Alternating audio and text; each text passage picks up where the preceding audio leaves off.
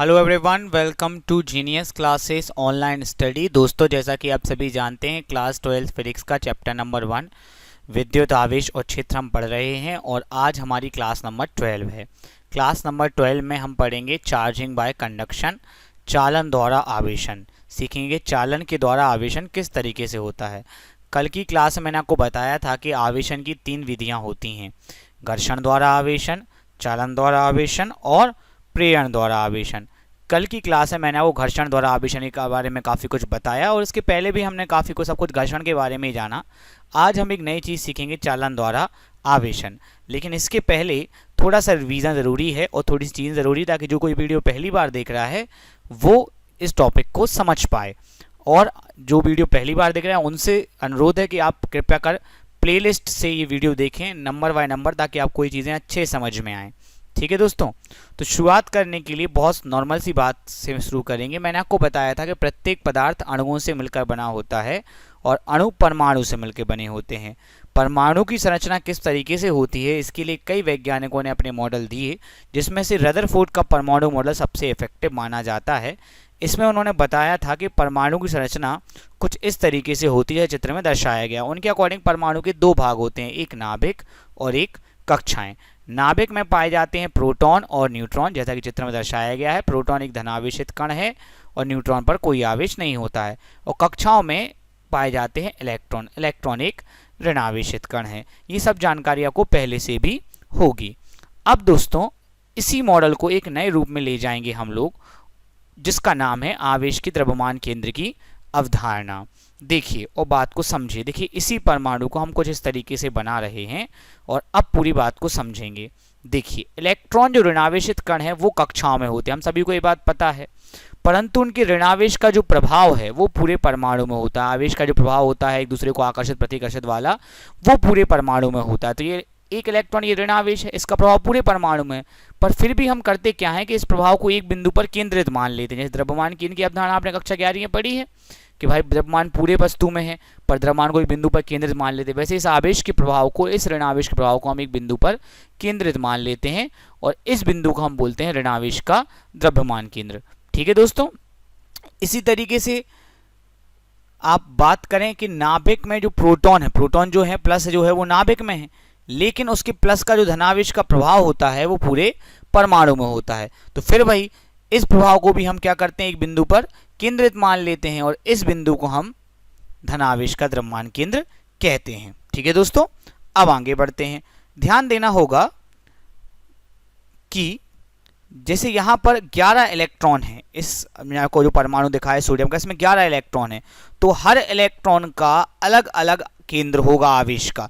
तो ऐसी प्रकार से हम 1 2 3 4 5 6 7 8 9 10 11 ऋणावेश के केंद्र बना लेंगे।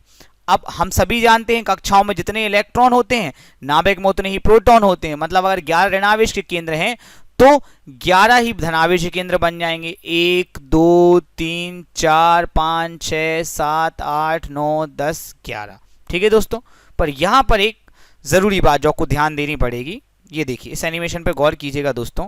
अभी मैंने आपको बताया कि कुछ इस तरीके से हैं, पर असल में ऋणावेश और धनावेश के द्रव्यमान केंद्र अलग अलग बिंदु पर नहीं होते, ये एक ही बिंदु पर होते हैं। मतलब संपाती होते हैं, एक के ऊपर एक होते हैं। सामान्य अवस्था में ऋणावेश और धनावेश के केंद्र संपाती होते हैं, एक के ऊपर एक होते हैं, इसलिए एक दूसरे प्रभाव को क्या कर देते हैं, निरस्त। आपने बहुत सुना होगा कक्षा में इलेक्ट्रॉन जितने होते हैं, नाभिक में उतने ही प्रोटॉन होते हैं, एक दूसरे प्रभाव को निरस्त कर देते हैं। बस एक नई तरीके से आपको बताया है। इसलिए परमाणु विद्युत रूप से क्या होता है, उदासीन होता है, उस पर कोई चार्ज नहीं होता, बिकॉज जितना उस पर ऋणावेश था उतना ही धनावेश था और दोनों ने प्रभाव को क्या कर दिया, निरस्त। और इसी प्रभाव को निरस्त करने का हमने तरीका बताया, संपाती होना, कि ऋणावेश का केंद्र और धनावेश का केंद्र संपाती हो गया तो प्रभाव निरस्त हो गया। ठीक है दोस्तों, एक तरीका है बताने का। अब यहां पर आगे बढ़ेंगे हम। देखिए, अगर कैसे भी करके हम इस इलेक्ट्रॉन को बाहर निकाल दें तो इससे क्या होगा कि एक ऋणावेश का प्रभाव समाप्त हो जाएगा, जिससे ये पदार्थ क्या हो जाएगा, धनावेशित। ऐसे वस्तु क्या हो जाती है, धनावेशित। इलेक्ट्रॉन निकालने के लिए हमें पदार्थ को ऊर्जा देनी पड़ती है, जो हमने कल आपको बताया था, घर्षण से हम दे सकते हैं। घर्षण से बाहर इलेक्ट्रॉन को ऊर्जा मिलती है और वो बाहर निकल आता है, ये मैंने कल आपको बताया था। और अधिक जानकारी के लिए पुराने वीडियोस देखें। इसी प्रकार से अगर हम एक एक्स्ट्रा इलेक्ट्रॉन पदार्थ पर ले आए तो उस पर ऋणावेश आ जाएगा। तो मैंने आपको एक एग्जांपल दिया था घर्षण से आवेशन में कि जब आप कांच की छड़ को रेशम के कपड़े से रगड़ते हैं तो कांच की छड़ से इलेक्ट्रॉन निकल के रेशम के कपड़े में आ जाते हैं। तो चूंकि कांच की छड़ से इलेक्ट्रॉन निकल गए इसलिए कांच की छड़ पर आ जाता है धन आवेश और रेशम के कपड़े पर आ जाता है ऋण आवेश। ठीक है दोस्तों, ये कल मैंने आपको बताया था। मैंने आपको एक और उदाहरण दिया था कि जब हम एबोनाइट को फर्श से रगड़ते हैं तो फर्श से इलेक्ट्रॉन निकलकर एबोनाइट में आ जाते हैं। किससे इलेक्ट्रॉन निकलेंगे, किस पर आएंगे, ये डिपेंड करता है कार्यफलन पर। कार्यफलन क्या होता है इसकी जानकारी के लिए प्लीज आप घर्षण द्वारा आवेशन देखिए, या सबसे जरूरी जो है वो है आवेश की उत्पत्ति का इलेक्ट्रॉनिक सिद्धांत, 3 नंबर का वीडियो। वो वीडियो देखे बिना तो ये चैप्टर ही अधूरा है, प्लीज वो वीडियो जरूर देखिए आप। ठीक है दोस्तों, ये मैंने आपको एग्जाम्पल दिए थे। चलिए, तो रिविजन हो गया। अब हम शुरू कर रहे हैं अपनी मुख्य चीज जो हमें आज पढ़ना है, वो है चालन द्वारा आवेशन। रिवीजन बहुत जरूरी है, मैं लगातार वो कराता जाऊंगा दोस्तों। फिर भी आपको कोशिश है कि आप सभी लोग शुरुआत से ही पढ़ें तो आपको चैप्टर ज़्यादा अच्छा समझ में आएगा।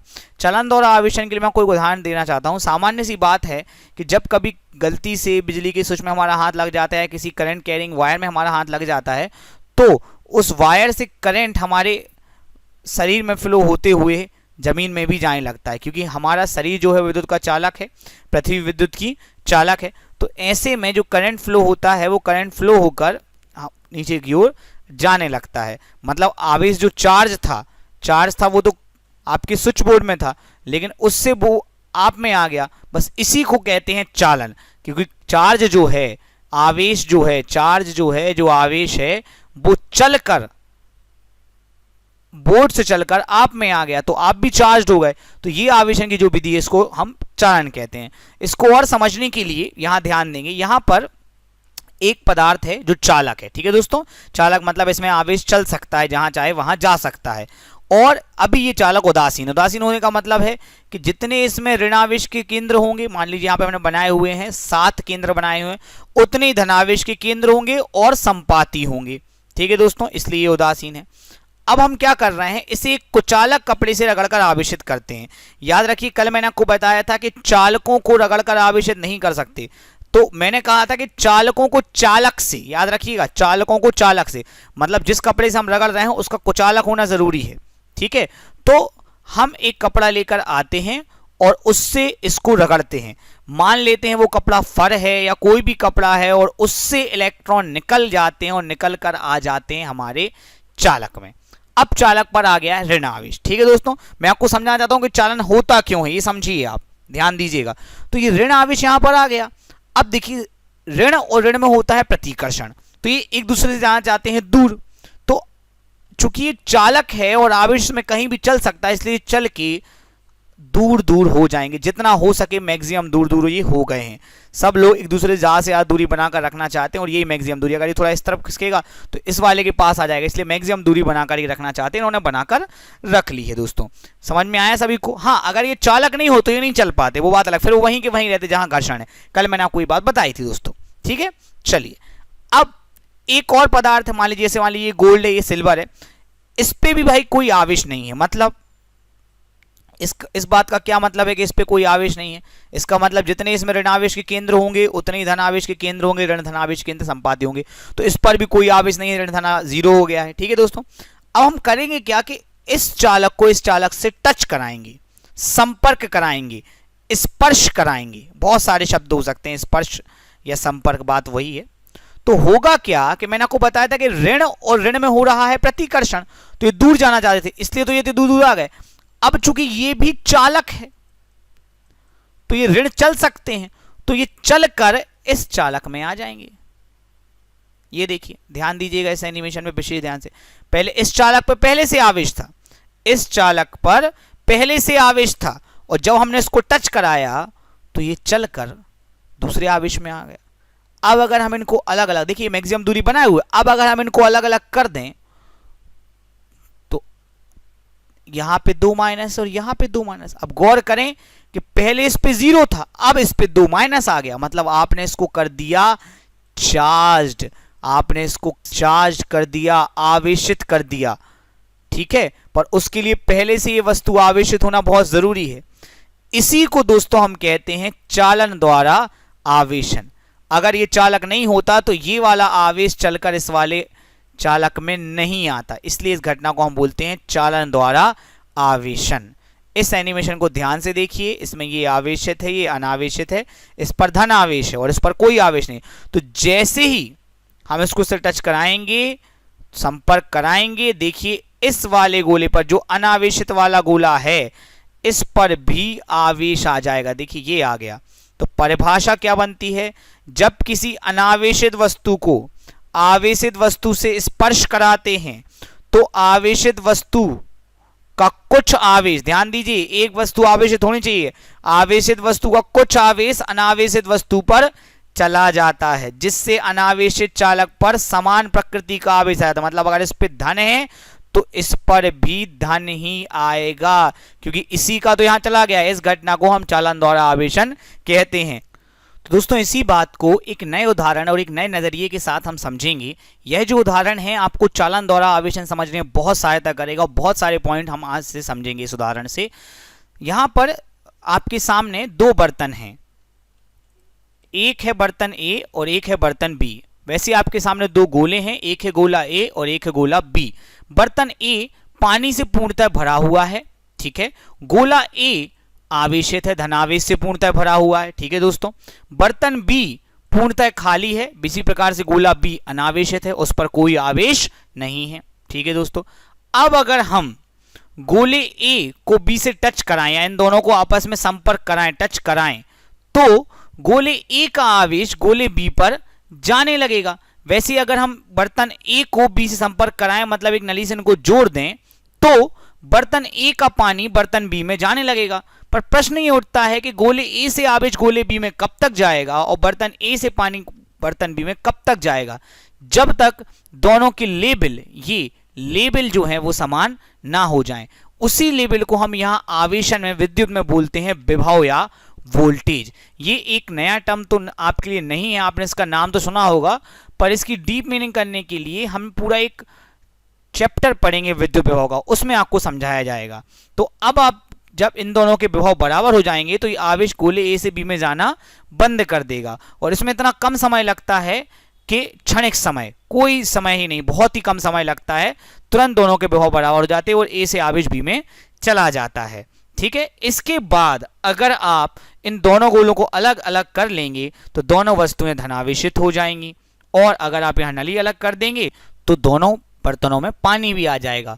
तो फिर से वही बात जो परिभाषा मैंने आपको बताई थी कि जब किसी अनावेशित वस्तु को, बी अनावेशित था पहले, आवेशित वस्तु से स्पर्श कराते हैं, आपने इसको आवेशित वस्तु ए से करा दिया, स्पर्श कांटेक्ट करा दिया, तो आवेशित वस्तु का कुछ आवेश अनावेशित वस्तु पर चला जाता है। मतलब ए का कुछ प्लस चार्ज बी पर चला गया, जैसे ए का कुछ पानी बी में चला गया, जिससे अनावेशित चालक पर समान प्रकृति का आवेश आ जाता है। मतलब अगर ए का प्लस है तो प्लस ही तो बी में जाएगा। जैसे अगर ए में पानी भरा था तो बी में भैया पानी ही तो जाएगा।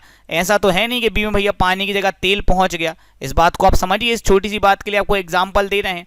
इस घटना को दोस्तों हम चालन द्वारा आवेशन कहते हैं। अब आपके मन में एक क्वेश्चन उठ सकता है कि सर आपने यहाँ गोलों को टच कराया, संपर्क कराया, कि यहाँ आपने टच नहीं करा, नली लगाई, तो भैया पानी को यहाँ से वहाँ ले जाने के लिए नली ही लगानी पड़ती है। हम इसको टच करा के तो पानी यहाँ से वहाँ नहीं कर सकते। तो क्या सर यहाँ पे भी कोई नली हो सकती है? हाँ, नली हो सकती है। इसको समझने के लिए हम आगे बढ़ेंगे। देखिए यहाँ पर चित्र में आपको दो गोले दिखाए गए हैं। ये जो पहला गोला है दोस्तों, ये अनावेशित है, मतलब इस पर कोई आवेश नहीं है। जितने धनावेश के द्रव्यमान केंद्र हैं उतने ही ऋणावेश के द्रव्यमान केंद्र हैं, और आपस में धनावेश और ऋणावेश के द्रव्यमान केंद्र समपाती हैं, इसलिए इस पर कोई आवेश नहीं है, इस पर जीरो चार्ज है, ठीक है दोस्तों। अब ये दूसरा गोला जो है ये आवेशित है, इस पर 6 माइनस आवेश, देख लीजिए 1 2 3 4 5 6, बाकी धनावेश ऋणावेश के द्रव्यमान केंद्र समपाती हैं। अब जैसे हमने वहां पर दोनों बर्तनों को नली से जोड़ा था, वैसे हम इन दोनों गोलों को एक चालक तार से जोड़ देंगे। तार का चालक होना जरूरी है ताकि आवेश चलकर इस तार से दूसरे इस अनावेशित चालक में आ सके, इसलिए तार का चालक होना जरूरी है। अब दोस्तों मैंने आपको बताया था कि ऋण ऋण आवेश में प्रतिकर्षण होता है, और ये एक दूसरे से संभव दूर जाना चाहते हैं, तो इस प्रतिकर्षण के कारण इनको जगह नहीं मिल रही थी, लेकिन अब तार लगा दिया है तो ये इस तार के थ्रू इस दूसरे चालक में चले जाएंगे। ये देखिए, अब जिस पर पहले 0 आवेश था उस पर 3 माइनस आवेश आ गया, मतलब इस पर ऋण आवेश आ गया। आपने इसको ऋण अनावेशित से बना दिया ऋण आवेशित। ये इसी घटना को हम कहते हैं चालन द्वारा आवेशन। अब परिभाषा थोड़ी सी इसके अकॉर्डिंग चेंज करेंगे कि जब किसी अनावेशित चालक को एक चालक तार के द्वारा किसी आवेशित वस्तु से जोड़ा जाता है तो आवेशित वस्तु का कुछ आवेश अनावेशित चालक पर चला जाता है। देखिए कुछ ऋण आवेश इस पर चला गया, जिससे अनावेशित चालक पर समान प्रकृति का आवेश आ जाता है। भाई इसका ऋण आवेश ही तो यहां जाएगा, जब अगर इस पर ऋण है तो ऋण ही तो यहां जाएगा। इस घटना को दोस्तों हम कहते हैं चालन द्वारा आवेशन। अब कुछ जरूरी पॉइंट्स जो आपने निश्चित ही गलत समझ लिए होंगे। पहले इस बात पे ध्यान दीजिए, चालन द्वारा आवेशन की विधि में एक वस्तु पर आवेश की जितनी कमी होती है दूसरी वस्तु पर आवेश उतना ही बढ़ जाता है। देखिए इस पे अब 6 माइनस से 3 माइनस बचा, क्यों? क्योंकि 3 माइनस में चला गया। तो ये बहुत छोटी बात है पर ऑब्जेक्टिव में आ जाती है तो हमें परेशान करती है। इस छोटी सी बात को याद रखिएगा कि चालन द्वारा आवेशन की विधि में एक वस्तु पर आवेश की जितनी कमी होती है दूसरी वस्तु पर आवेश उतना ही बढ़ जाता है। जैसे पानी वाले एग्जाम्पल में एक बर्तन में पानी की जितनी कमी हुई उतना पानी दूसरे बर्तन में बढ़ गया। बहुत सिंपल है दोस्तों, ठीक है। अब देखिए एक जरूरी बात परिभाषा में गौर नहीं की, मैंने यहां पे पहली वस्तु को चालक बोला जबकि दूसरी को केवल वस्तु बोला है। इसका मतलब है कि पहले को चालक होना जरूरी है जबकि दूसरा चालक हो या ना हो, बस आवेशित हो, उस पर आवेश हो, हम ट्रांसफर कर पाए तो हमारा काम बन जाएगा। इसको समझिए कैसे मैं क्या कहना चाहता हूं। देखिए दोस्तों यहां पर लकड़ी पर आवेश है, तो अगर हम इसको तार टच कराएं तो अगर हम इसको यहीं टच कराएंगे तो निश्चित ही आवेश नहीं जाएगा, शायद आवेश यहां पे ना हो, लेकिन देखिए चांस कम है। लेकिन अगर हम इस चालक को जिसे ऋण आवेश से ही टच करा दें तो फिर ऋण आवेश तार के द्वारा तो इसमें चला जाएगा, लेकिन अंदर चलने के लिए इसका चालक होना बहुत जरूरी है। तो ये पॉइंट भी आप याद रखिएगा कि चालन द्वारा आवेशन की विधि में आवेशित वस्तु जो ये हमारी जो आवेशित वस्तु है ये कुचालक भी हो सकती है, परंतु अनावेशित वस्तु हमेशा चालक ही होनी चाहिए। अब आ जाते हैं हम गलत अवधारणा नंबर 2 पर। देखिए दोस्तों अभी जो हमने परिभाषा लिखी उसमें भी हमने ये बोला कि भाई आवेशित वस्तु अनावेशित वस्तु, तो हमारे मन में ये आ जाता है कि भाई एक गोला अनावेशित होना चाहिए और दूसरा आवेशित। ये गलत अवधारणा है। माना कि हमने एग्जाम्पल ऐसा लिया जिसमें एक गोले पे 0 था, एक पे 6 माइनस था, लेकिन ऐसा जरूरी नहीं है कि एक अनावेशित होना चाहिए एक आवेशित। एग्जाम्पल के लिए आप यहां ध्यान दीजिए, यहां पर आप बर्तन देखिए, इस बर्तन में पानी है, साथ ही साथ इस बर्तन में भी पानी है, दोनों बर्तन में पानी है। अब अगर हम इनको नली से कनेक्ट करें तो पानी क्या नहीं जाएगा? बिल्कुल जाएगा सर। लेवल तो समान नहीं है, और लेवल समान नहीं है तो पानी इस बर्तन से इस बर्तन में जाएगा, तब तक जाएगा जब तक लेवल समान नहीं है, विभव समान नहीं है। अब इन दोनों गोलों को देखिए दोस्तों, ये दोनों ही आवेशित हैं। इस पे 1 2 3 4 5 माइनस है और इस पर केवल 1 माइनस है, लेकिन है दोनों आवेशित। जैसे ये दोनों भाई गोले, इन दोनों बर्तनों में पानी था। अब अगर हम इनको चालक तार से कनेक्ट करें तो भाई 2 ऋण आवेश तो यहां से यहां जाएंगे, 1 और 2, फिर यहां 3 माइनस, यहां 3 माइनस।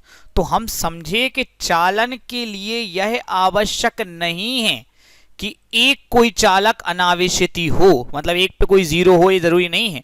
यदि दोनों चालक आवेशित हैं तो भी आवेश का प्रवाह उच्च विभव वाले, मतलब जिसका लेवल ऊपर है उससे निम्न विभव वाले, जिसका लेवल नीचे है, चालक की ओर होता है।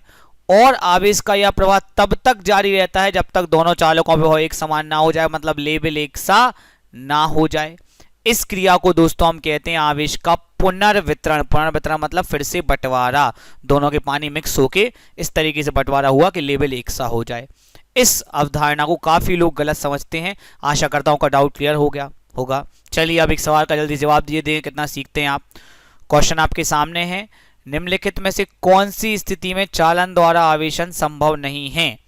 ठीक है, जिन दो वस्तुओं को चालक द्वारा आपस में जोड़ा जाता है वो दोनों आवेशित हो, वो दोनों अनावेशित हो, उनमें से केवल एक आवेशित हो, इनमें से कोई नहीं। तो देखिए एक आवेशित हो तो चालन हो सकता है, अभी आपने पहला एग्जांपल देखा। अभी हमने देखा कि दोनों आवेशित तो भी चालन हो सकता है, केवल तभी जब दोनों ही अनावेश, मतलब दोनों पे ही चार्ज नहीं है, ना इस पे कोई पे चार्ज नहीं है, 0 0, तो यहां से वहां तो आवेश आएगा नहीं।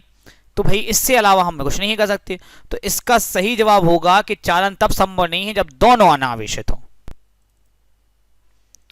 अब दोस्तों ये जो 3 माइनस और 3 माइनस हम देखते हैं, इससे सबसे बड़ी गलत अवधारणा जन्म लेती है। हमारे मन में ये आ जाता है कि दोनों गोलों पर समान आवेश आता है। हमने 3 - 3 - हमेशा लिया, कभी 2 आए कभी आए, लेकिन आखिर में दोनों पर बराबर हो गया, तो हमारे मन में अवधारणा आती है कि हमेशा दोनों गोलों पर समान आवेश आता है। अब ध्यान दीजिएगा दोस्तों, यहाँ पे 2 बर्तन है, ए और बी। दोनों बर्तन दिखने में बिल्कुल एक से हैं, जैसे ये दोनों गोलों भी दिखने में बिल्कुल एक से हैं, दोनों की त्रिज्या एक सी है। तो मान लिया कि भाई ए में 10 लीटर पानी है। अब जैसे आपने इसको नली से कनेक्ट किया तो ए का पानी बी में जाने लगेगा, और कब तक जाएगा? निश्चित ही तब तक जाएगा जब तक दोनों का लेवल समान नहीं। अब लेवल समान तो पानी जाना बंद। अब भाई चूंकि दोनों बर्तन एक से थे और एक सा बंटवारा हो गया, तो ये मान लेते कि भाई इसमें 5 लीटर, इसमें 5 लीटर। तो ये बात तो सही है कि जब समान त्रिज्या वाले दो गोलीय चालक आपस में जोड़े जाते हैं तो आवेशों के पुनर्वितरण के पश्चात दोनों पर समान मात्रा में आवेश आता है, क्योंकि त्रिज्या समान है। बर्तन एक से तो 5-5 ही बंटवारा होगा। लेकिन ऐसा हमेशा हो ये जरूरी नहीं है।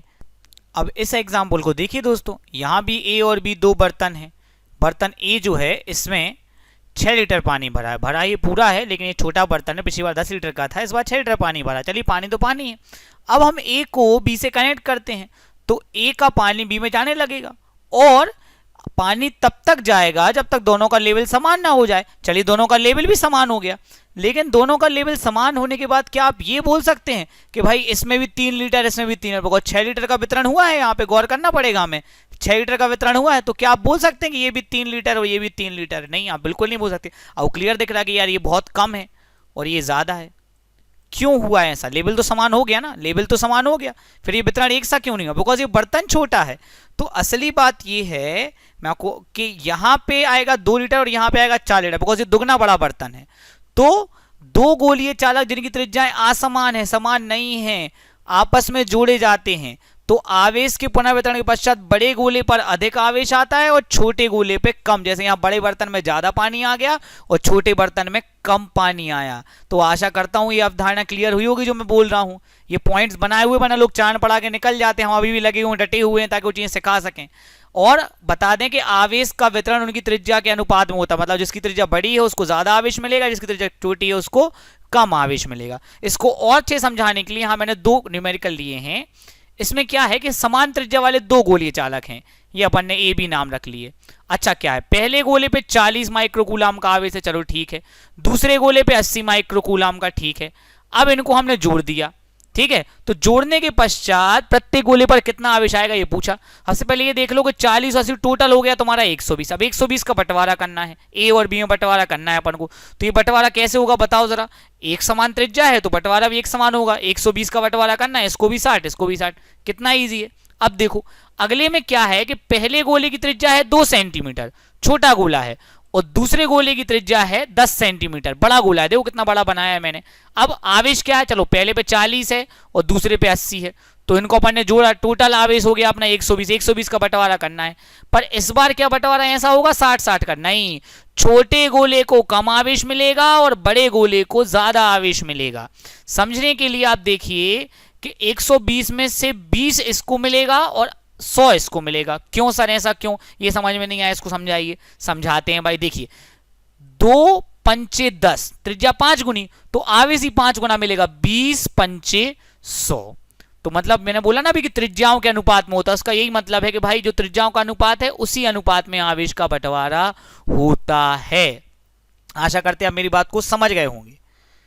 अगर इसकी त्रिज्या 2 है और इसकी 4 होती, मतलब दुगनी होती, तो एक को मिलता 40 और एक को मिलता 80, दुगना बंटवारा। तो जितने गुना त्रिज्या होती उतने गुना आवेश मिलता है।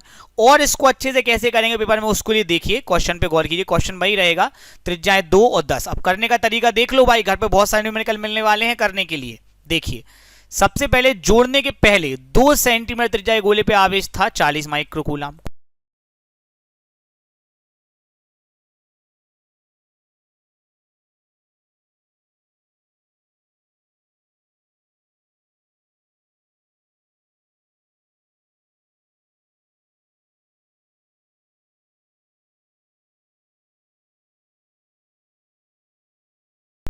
और 10 सेंटीमीटर वाली त्रिज्या वाले गोले पर आवेश होगा 80 माइक्रोकूलम।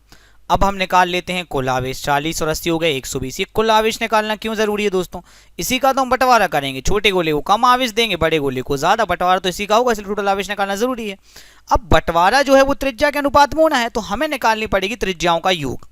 2 और 10 12 सेंटीमीटर। सर ये योग क्यों निकाला है, मैं समझाता हूँ आपको। देखिए जोड़ने के पश्चात हमें 2 सेंटीमीटर और 10 सेंटीमीटर त्रिज्या वाले गोले पर आवेश निकालना है। ठीक है, देखो ध्यान से, ये त्रिज्याओं का योग कितना है 12 और टोटल आवेश कितना है 120। तो हम क्या करेंगे, जो टोटल अपने पास आवेश है 120 उसके 12 टुकड़े करेंगे, 120/12, 120/12। फिर उसमें से 2 भाग 2 सेंटीमीटर वाले को और 10 भाग 10 सेंटीमीटर वाले को। कितना इजी हो गया, समझे मेरी बात को।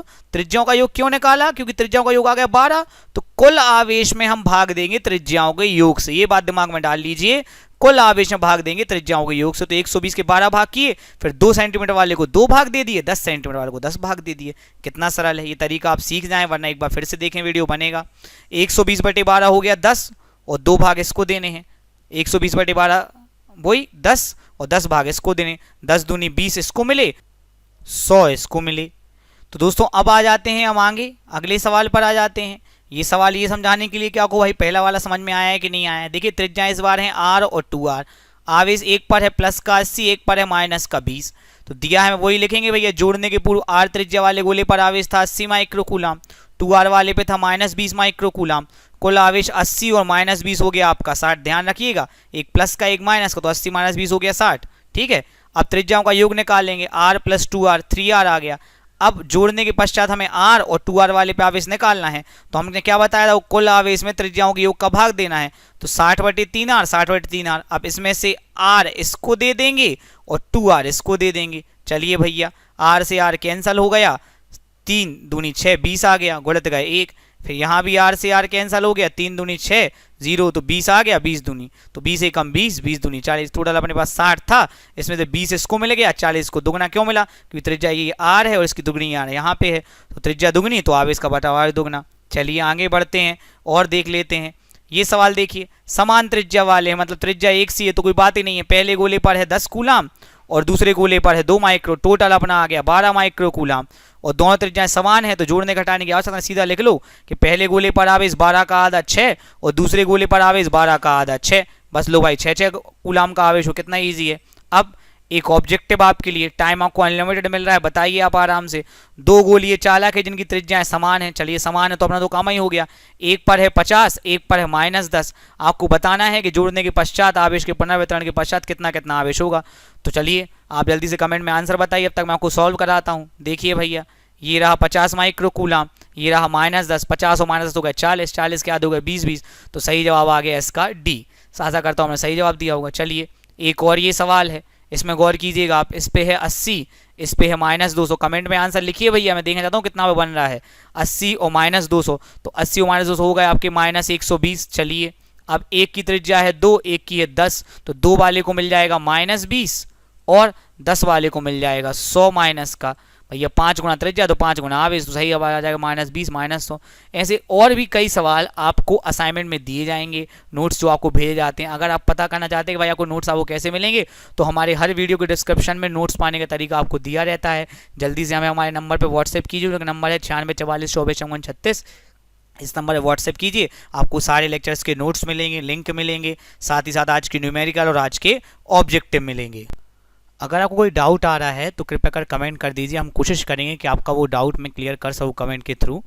वरना जब हमारे आप व्हाट्सएप ग्रुप से जुड़ जाएंगे तो फिर आप व्हाट्सएप ग्रुप में भी मुझसे सवाल पूछ सकते हैं।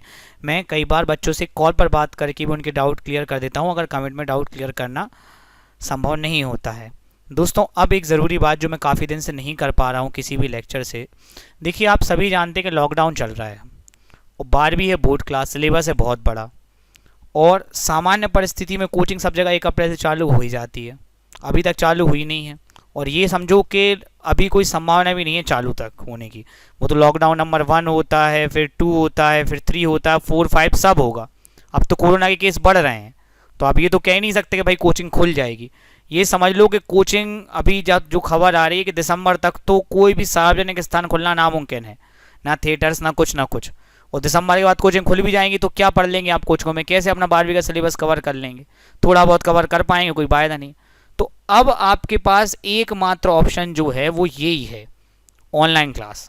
और हम मुफ्त ऑनलाइन कोचिंग दे रहे हैं, सभी कोचिंग ऑनलाइन दे रहे हैं, सबकी एप्लीकेशन है, हमारी कोचिंग की भी एप्लीकेशन है। जो बच्चे पढ़ते हैं उनको पता है, हम यूट्यूब के थ्रू इसलिए पढ़ा रहे हैं, सब लोग जूम ऐप से पढ़ा रहे हैं, सारे जितने टीचर्स हैं वो जूम ऐप से पढ़ा रहे हैं, ताकि वो जो पढ़ा रहा है वो उन्हीं को पढ़ाए जो उनको पैसे दे रहे हैं। जबकि मैं जो हूँ वो यूट्यूब से पढ़ा रहा हूँ। मैं यूट्यूब से क्यों पढ़ा रहा हूँ? ताकि सारे बच्चों, सब बच्चे सीख सकें, चाहे वो मेरी कोचिंग की हो अन्यथा ना हो। आपको पता नहीं है कि सबसे ज़्यादा ऑर्गेनाइज कोचिंग अपनी है। हम लोग वीडियो लेक्चर तो आपको लगातार दे ही रहे हैं, इसके अलावा व्हाट्सएप ग्रुप पीडीएफ नोट्स भी दे रहे हैं, होमवर्क असाइनमेंट दे रहे हैं, कई बच्चे होमवर्क असाइनमेंट भेज भी रहे हैं, और जल्दी ही एंड्रॉयड ऐप हमारी सबको हम देंगे, फ्री में देंगे, और उसमें ऑनलाइन टेस्ट भी आयोजित करेंगे। इतना सब कुछ आपको फ्री मिल रहा है। हम लोगों ने पहले सोचा था कि यार केवल एक मंथ फ्री, एक मंथ सबको फ्री डेमो देंगे, उसके बाद एप्लीकेशन से पढ़ाएंगे और फीस चार्ज करेंगे। पर अभी स्थिति कुछ ऐसी है कि अभी ना लॉकडाउन खुला है और ना लोगों के रोजगार चल रहे हैं। तो ऐसे में मैं भाई कि फीस में चार्ज करना सही नहीं समझ रहा हूँ कि भाई मैं फीस चार्ज करूँ। तो अगर आप चाहते हैं कि ये भाई मुफ्त बना रहे, ये सब चीज़ें मुफ्त बनी रहें और साल भर कोचिंग, क्योंकि दिसंबर तक कोचिंग खोलेगी, उसके बाद तो कोई तैयारी होनी नहीं है, तो तैयारी तो भैया अब ऑनलाइन कोचिंग से ही होनी है, और किसी की तैयारी करने का कोई रास्ता नहीं है। आप समझ लीजिए, पेपर भी साइड होंगे, जो भी होगा, लेकिन तैयारी करने का एकमात्र उपाय है ऑनलाइन कोचिंग। सभी लोग ऑनलाइन पढ़ रहे हैं, सब लोग बहुत सारे पैसे भी दे रहे हैं, कोटा की कोचिंग सबको पैसे दे रहे हैं, यहाँ फ्री चल रहा है बाकायदा, और सब मैटर भी आपको उपलब्ध कराया जा रहा है। तो आप क्या कर सकते हैं, जैसे भाई ये कोचिंग मुफ्त चलती रहे, आप कर सकते हैं कि भाई आप इस वीडियो को शेयर कर दीजिए, जितना हो सके उतना शेयर कर दीजिए। एक एक वीडियो पे केवल 100 व्यू आ रहे हैं, ज़्यादा व्यूज़ तो आ नहीं रहे हैं। 100 व्यूज़ में कोई भी हम लोग को वहाँ से यूट्यूब से पैसा नहीं आता, इतने कम व्यूज़ पे कम से कम 1-1 हज़ार 2-2 हज़ार व्यू होने लगे। सर तो व्यू कैसे बढ़ेंगे? तो मैंने कहा कि शेयर कीजिए। आपने सुना, आपने वीडियो काटा, आप अलग हो गए, कोई फ़ायदा नहीं हुआ। दोस्तों प्लीज़ आप इस वीडियो को शेयर कीजिए, जितने व्हाट्सएप ग्रुप आपके पास है उन सब में इस वीडियो को शेयर कीजिए। ये मत सोचिए कि भाई वहाँ पे तो कोई 12th क्लास का बंदा है ही नहीं, उस ग्रुप में शेयर करने से क्या फ़ायदा? कोई फ़ायदा नहीं है भाई। माना कि 12th क्लास का कोई बंदा नहीं है वहाँ पर वीडियो के व्यूज़ तो बढ़ेंगे, और जो लोगों को आप शेयर कर रहे हैं वो लोग ये वीडियो देख कर, हो सकता है अन्य किसी 12th क्लास के बच्चे को ये वीडियो पहुँचाएँ, जिससे हमारे स्टूडेंट बढ़ें। देखिए, अगर हमारे व्यूअर्स नहीं बढ़े तो मजबूरन फिर हमें भी चार्ज करना पड़ेगा, और आप जानते हैं कि एक सब्जेक्ट का चार्ज 4000 से कम नहीं होता है। इतना सारा चार्ज अभी आपको जब फ्री में मिल रहा है, तो प्लीज़ आप इसका फ़ायदा उठाएं, इतना ही से तो करना है। तो आज सभी स्टूडेंट, जितने भी व्हाट्सएप, जितने कॉन्टैक्ट, सब में ये वीडियो शेयर कीजिए। ये मत सोचिए कि भाई वो 12th क्लास के स्टूडेंट हैं कि नहीं, आपको तो बस शेयर करना है ताकि मेरे व्यूज़ बढ़ें। प्लीज़ दोस्तों, आप समझिए कि हमें बहुत मेहनत लगती है कंटेंट बनाने में, और बहुत टाइम लगता है। तो आप सभी से अनुरोध है कि आप इस चैनल को सब्सक्राइब करें, दूसरों को भी कराएं, बेल आइकन दबाएं, लाइव क्लास अटेंड करें। प्लीज़ आज से आप लोग बिना सोचे समझे जितने ग्रुप्स आए सब में शेयर करना चालू कीजिए, बिल्कुल मत रोकिए, वरना आप ही का बहुत नुकसान होगा। अभी परिस्थिति ऐसी है कि ऑनलाइन कोचिंग के अलावा कोई ऑप्शन नहीं है, समझ लीजिए आप इसको, ऑनलाइन कोचिंग के अलावा कोई ऑप्शन नहीं है। प्लीज़ दोस्तों वीडियोज़ को शेयर कीजिए। Okay, this is Abhishek sir, thank you for watching. मिलते हैं आपसे अगली क्लास में कल शाम को। Thank you.